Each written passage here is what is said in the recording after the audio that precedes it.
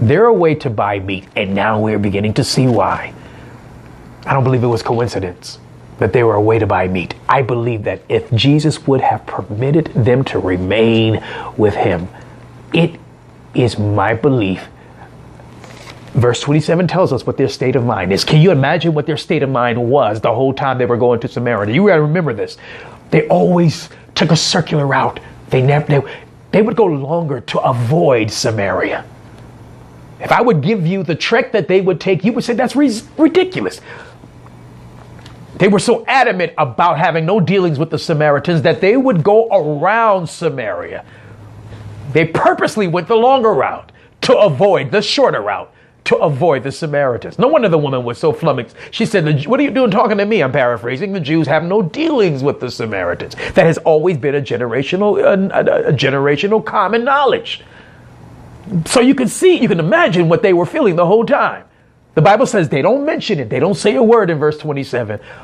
They're silent, but although they're silent, their silence is deafening because they understand that what Jesus is doing, he's breaking all of the rules. This is unprecedented. This is not customary. This is not what we do. We don't come here. What is he doing? But they don't say a word. And so I'm sure he sends them to buy meat, because if they would have remained, they would have been just as obstructive as they were in Matthew 15. We cited Matthew 15 in the Gentile woman, in the Syrophoenician woman, the Greek woman, for a reason. Because if you go back to Matthew 15, and you'll discover that the whole time she's beckoning Jesus, and Jesus is not answering her, didn't say a word, and then speaks, "I'm not sent but to the lost sheep of the house of Israel." He doesn't speak to her. He's saying it as if he's saying in the air, as if he's talking to himself. The Bible says that the disciple says expressly, "Send her away, for she cries after us." People of God, if the disciples would have been there, I contend they would have had the same kind of mindset. They would have voiced and said the same thing. They would have run interference, and they would have been obstructive. The conversations that we read now that Jesus has with the woman of Samaria, undoubtedly he would have had to make against the turbulence of their prejudice, of their discrimination, of their rigidity, of their dogma. What the Syrophoenician woman experienced, the Samaritan woman would have experienced. So not coincidentally, Jesus sends them away to buy meat so that he can begin to discourse with her, begin to converse with her, begin to share with her, begin to reveal to her something that is so powerful. Because why? When they get back, they discover that he's having a conversation, but they don't say a word. You know why they don't say a word? Because they're now beginning to see something that they have never seen before. Something is about to happen. People of God, I have been pouring into the body for the last few weeks now this powerful revelation, and that is where God was is not where he is. And I ask you to write that down, that God moves. Now, I know we say things like he doesn't change. He says in his word that God says that he's a God who changes not. Yes, he himself doesn't change. He doesn't change in his essence, but God changes in his exploits, in his movements. He doesn't change in his essence or his character or his nature, but his methods change. And if we're not careful, we will fall in love with methods that God is no longer using. We will cling to what he was doing, that we'll miss what he is doing. We will be God where he was, and that we're not where he is. Where was he?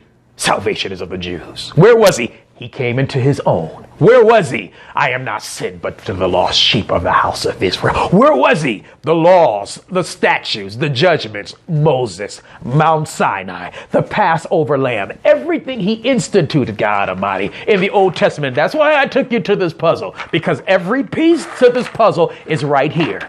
If it wasn't for this, they wouldn't be in here. Why is this important? People of God, stay with me. He would have never instituted the Passover if he wasn't the Passover lamb. Do you think in Exodus chapter 12, when they were in Egypt, that God just said, let me see what I want to do? That God just started thinking and improvising, and that God just spontaneously came up with, take a lamb and take the blood and put it on doorposts. Do you think that God just came up with this spontaneously? No, people of God, the reason why the Passover lamb was instituted is because there was already a lamb that was slain in the mind of God from the foundation of the world. God. No, you all, we have twin girls. I want to say this and I'm done. We have twin girls. Thea is the older twin by 1 minute. That means that Phoenix is the younger twin. But you need to know that Phoenix was conceived first, although Phoenix came second.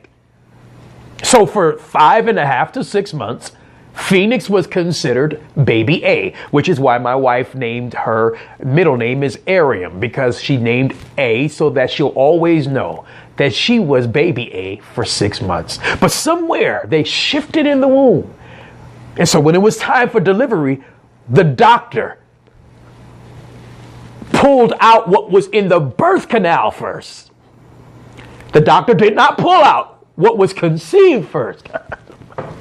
But the doctor pulled out what was positioned first in the birth canal. You need to know that the law was positioned first, but the plan of redemption through Christ was conceived first.